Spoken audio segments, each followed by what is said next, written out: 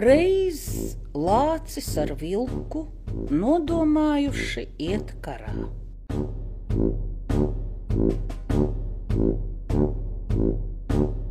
Tie gāja un meklēja savu pretinieku.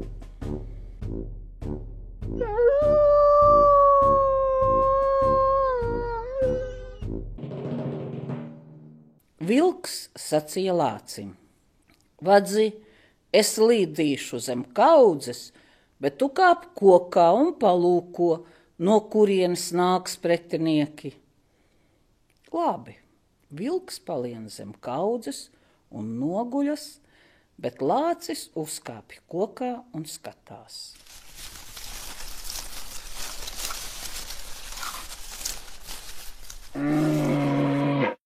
Gadījās tā, ka kaķis ar gaili gāja pa ceļu turp, kur bija apmetušies vilks un lācis.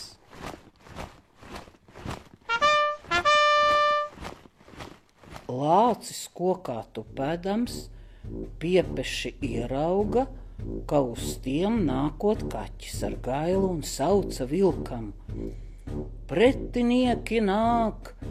Pretinieki nāk! Ap to pašu laiku kaķis ar gaili arī dzan bija sadomājuši iet karā. Tie arī gāja meklēt savus pretiniekus.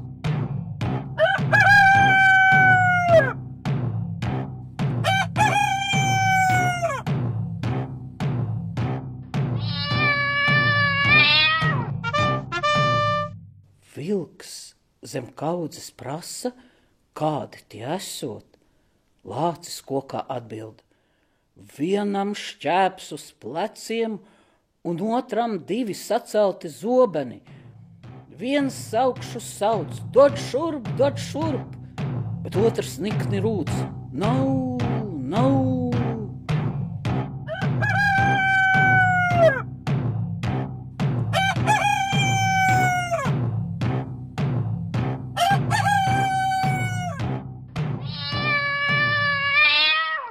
Abiem tā sarunājoties, ienaidnieki arī jau klāt.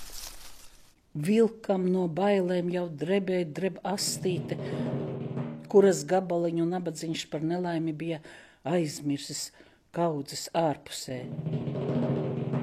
Te kaķis nejauši pamanījis vilka astes gabaliņu drebamu, domādams, ka tur pele, čaps tam virsū.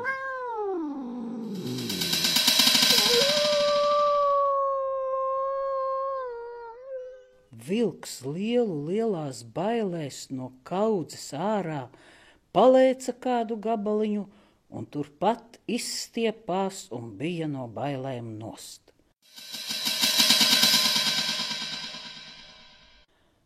Kaķis ar gaili no tāda trokšņa paši varan pārbijušies, viens šķaudīdams un otrs kladzinādams un spārniem sizdams, devās kokā, akurāt tanī pašā kokā, kur tupēja lācis.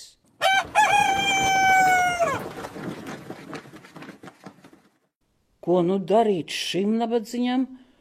Tas tak nu pat redzēja, ka vilks dabūjis savu galu tikai no viena paša pretinieka. Kas tad nu būs ar šo? Ka nu šim krīt virsū abi 2. Neko darīt. No bailēm tas brāts no koka zemē.